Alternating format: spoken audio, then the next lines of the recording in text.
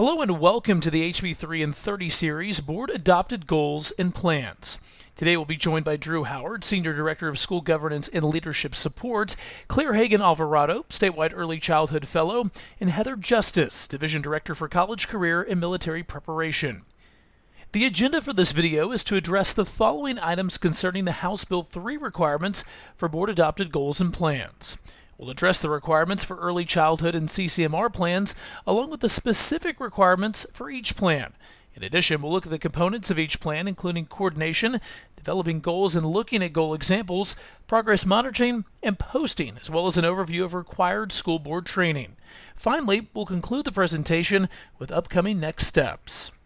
Let's start by looking at the development and requirements in early childhood and CCMR plans. For more on that, here's Claire. House Bill 21, the 85th Texas Legislature, first called Special Session 2017, established the Texas Commission on Public School Finance to develop and make recommendations for improvements to the current public school finance system. In keeping alignment with the state's ultimate 60 by 30 Texas goal, the Commission recommended establishing a pre-K through 12th grade goal with two key checkpoints, one in 3rd grade and one for high school graduation. In addition, the Commission recommended that each public school district or charter network be required to establish locally developed board goals for 3rd grade and high school graduation and annually report their goal progress toward these two goals, disaggregating by various student groups. In alignment with the Commission's recommendations, House Bill 3 requires school boards to adopt detailed plans developed by their management teams that achieve goals in two key areas: early childhood literacy and math, and college career and military readiness. There are requirements that apply to all parts of the plans, as well as specific requirements for both early childhood and CCMR. First, let's take a look at the requirements for all plans. Each plan has the requirement to assign at least one district-level administrator or employee of the regional ESC to oversee coordination, set specific quantifiable annual goals for 5 years at each campus, be reviewed annually by the board at a public meeting, and post annual reports on the district and campus websites. There are a few specific requirements related to the bill for early childhood and CCMR, which you can see on the screen.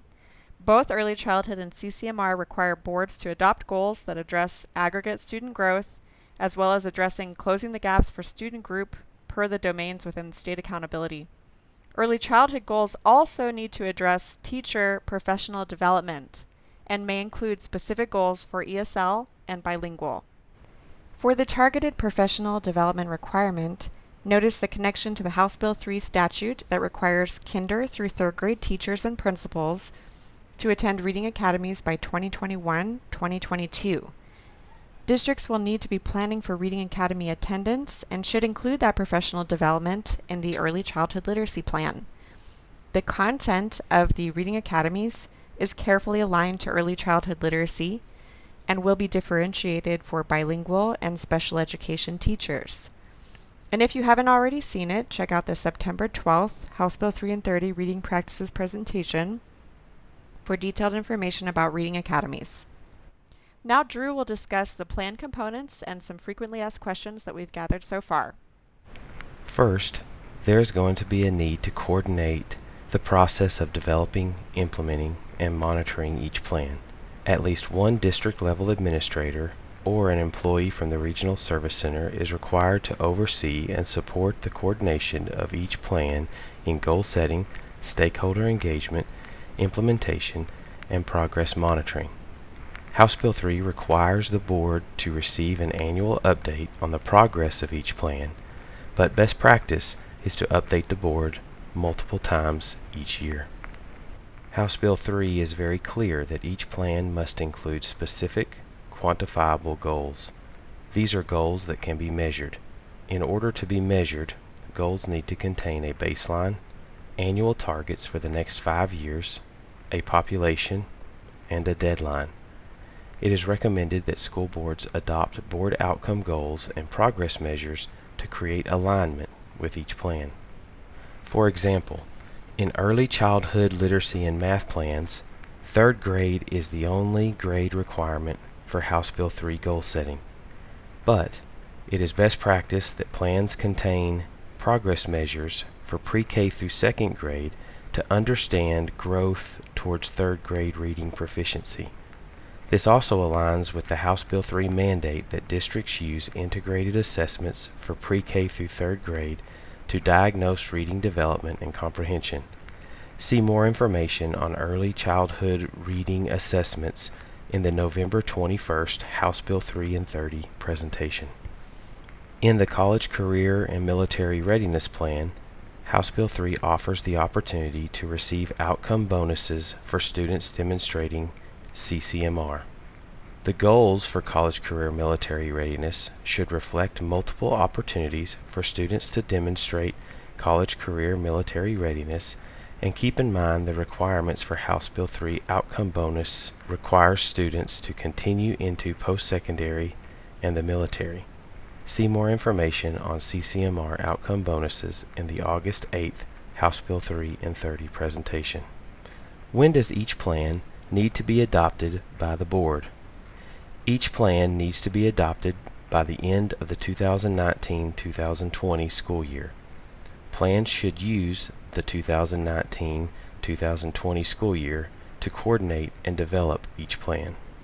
Are there student count minimums with setting goals aligned to the Closing the Gaps domain student groups? There is no minimum requirement when it comes to setting goals with each group in the Closing the Gaps domain, but in order to avoid violating FERPA, student data should not be made publicly available for student groups with less than 30 students. Does it make sense to assign your superintendent as the coordinator? Yes, but it may be appropriate for the superintendent to delegate the development of each plan. How do these plans align to and affect the superintendent's annual evaluation? If each plan is aligned to the board outcome goals and uses progress measures that are predictive of the goals, the superintendent's evaluation is aligned to each plan if their evaluation is aligned to the board outcome goals. What if we have a board governance coach? Can they help with the coordination? The answer is yes. Board government coaches can help in this process. Does the board do the work to create each board goal and annual target? The board works collaboratively with the superintendent to develop and adopt board outcome goals. Now Claire and Heather are going to take us through examples of how board outcome goals and progress measures are used to guide the development of each plan. Claire will start us off by looking at an early childhood literacy example. We have included the mandated third grade goal as shown here, in addition to pre-K through third grade progress monitoring measures. This is a little complicated, so stay with me and feel free to re-watch this section or reach out with questions. We have provided goal-setting templates to support you in planning, and these are linked on the House Bill 3 and 30 website, which we will revisit at the end of the presentation. So to begin the process, we start with the 5-year outcome goal for the third grade Reading STAR test, with annual goals set for aggregate student growth. You'll notice that the goals baseline, based on current data, starts at 41% with a gradual increase to 55% in 2024. Boards can work with the assigned coordinator to use existing data to determine the goal's baseline and appropriate increasingly yearly targets. From there, the board outcome goal, in this case third grade STAR reading, should be articulated for each applicable student group under the Closing the Gaps domain. This is a sample chart showing the 13 student groups measured under the Closing the Gaps domain. Again, this template is provided on the House Bill 3 and 30 website. Using the same process as the aggregate third grade STAR goal, these specific targets should be determined using existing district data for each student group represented by 25 or more students. So now you have the third grade outcome goals set. However, to track and monitor student progress toward the goal, and to ensure equity among student groups, school boards should adopt progress measures that are predictive of the goal. These progress measures will be used by each campus in their early childhood literacy plans. As is likely the case in your district, we show a different developmental literacy tool for pre-K, kindergarten, and 1st through 3rd grades. While these tools are distinct, they each indicate a student's level of proficiency on early literacy skills and provide an aligned view of students' progress in reading development from pre-K to 3rd grade. Each of the diagnostic systems noted here are offered in Spanish and in English. And as Drew noted earlier, more information on pre-K through 3rd grade reading diagnostics will be released on November 24th. For Progress Measure 1.1, we've selected the Circle Progress Monitoring System, which was formerly known as CPALS. This tool provides an on-track measure for pre-K students' reading development and comprehension. It also provides activities for teachers that target specific skills based on assessment results. You'll see that our sample district data started at 50% of students on track, and the goal increases to 64% by 2024. Then for Progress Measure 1.2, we've selected TextKIA, which is the Texas Kindergarten Entry Assessment System. And like the Circle assessment, this tool provides the percentage of students that are on track for grade level literacy proficiency. And we've set the goal to move from 48% to 62%. Progress Measure 1.3 encompasses 1st through 3rd grades with a TPRI and TEJASLE diagnostic instrument. TPRI is the English version of this tool, and TEJASLE is the Spanish version. This tool shows percentage of students that are developed on developmental literacy skills. We've included 1st through 3rd grades on this example, although individual grade levels could also be analyzed at the campus level. So now we have the board outcome goal for 3rd grade STAR, and we've identified 3 progress measures for reading development leading up to 3rd grade. Now we need to be more specific with those progress measures for each student group under the Closing the Gaps domain. This is the same Progress Measure 1.1 as on the previous slide with the Circle PM for pre-K. But now we'll determine baseline data and set annual targets for each student group. We would follow this same process for Progress Measure 1.2, which was the TextKIA diagnostic instrument for kindergartners. We have the progress measure at the top, and now we will establish baselines and targets for each student group. And here's the 3rd progress measure adopted by the board with TPRI and TEJASLE for 1st through 3rd grades with targets established for each student group. All appropriate progress measures, depending on the student population on each campus, will be included in each campus plan. For example, if a campus is a pre-K and K campus, they will include the first 2 progress measures in their plan. If a campus is pre-K through 5th grade, they will include all 3 progress measures in their early childhood literacy plan. Now let's practice the early childhood planning process using a math example. Once again, we've included the mandated 3rd grade goal as shown here, in addition to pre-K through 3rd grade progress monitoring measures. In this case, the 3rd grade board outcome goal is focused on the 3rd grade math STAR. The 5-year outcome goal is established with annual goals for aggregate student growth. The goal's baseline of 46% is based on the district's existing data and is used to determine annual growth targets leading to 58% in 2024.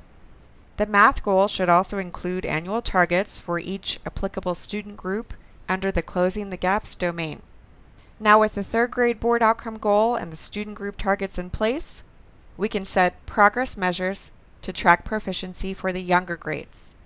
You'll recognize the Circle Progress Monitoring System for pre-K is used here once again for Progress Measure 1.1.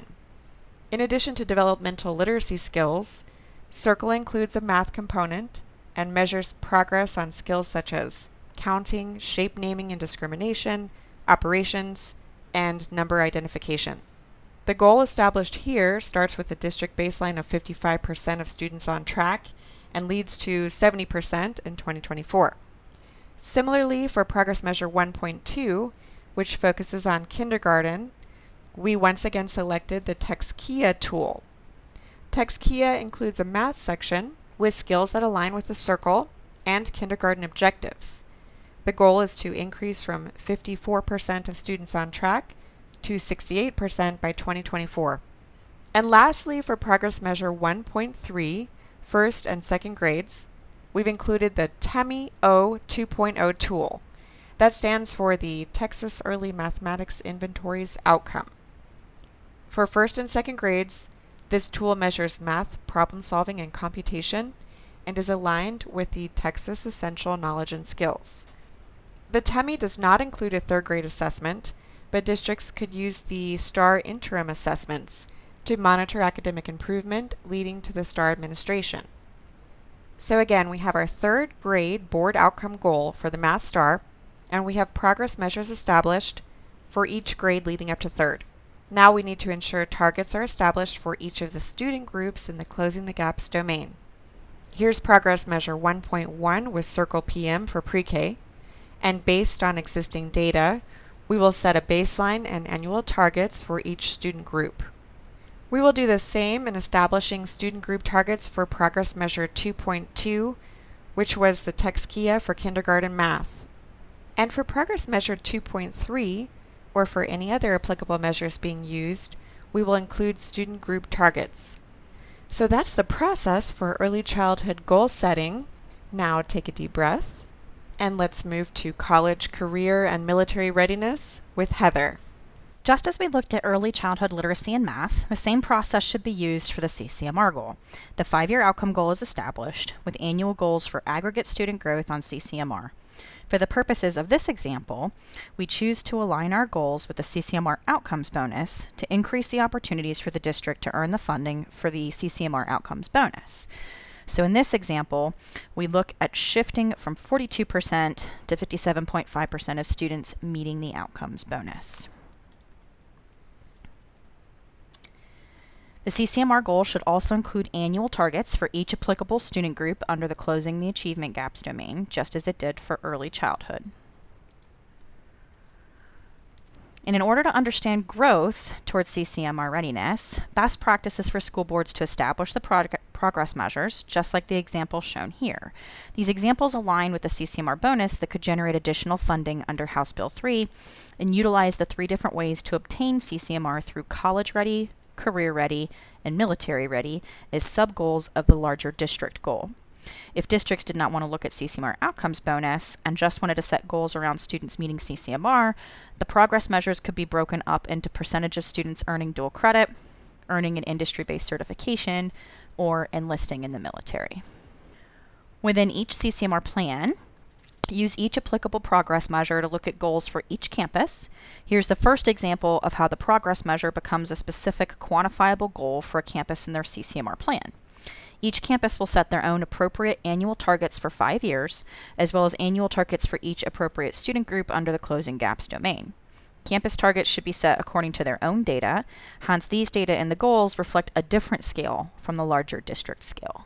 Do the same for progress measure 2, which in this case would be career ready, and the same for progress measure 3, which in this case would be military ready. Next, I'm going to pass it back over to Drew to address the frequently asked questions for this section. How many board outcome goals do school boards need to adopt? At least 3, 1 for each required plan. What is the role of the board in campus plan development? The board reviews and ultimately adopts the recommended plans presented by the superintendent. After the goals and plans are adopted, the progress of each goal must be monitored. The progress of each plan in reaching the board student outcome goal must be monitored and reported once a year in a public board meeting. It is best practice that each board outcome goal be monitored using the progress measures that are predictive of the board goal multiple times throughout the year. The practice of monitoring the interim status of each progress measure will show if the plans are being successful in making progress towards achieving the annual targets for each goal. Let me use an analogy as an example. In a football game, a successful coach does not wait until the end of the game to make decisions on what to do in order to win the game.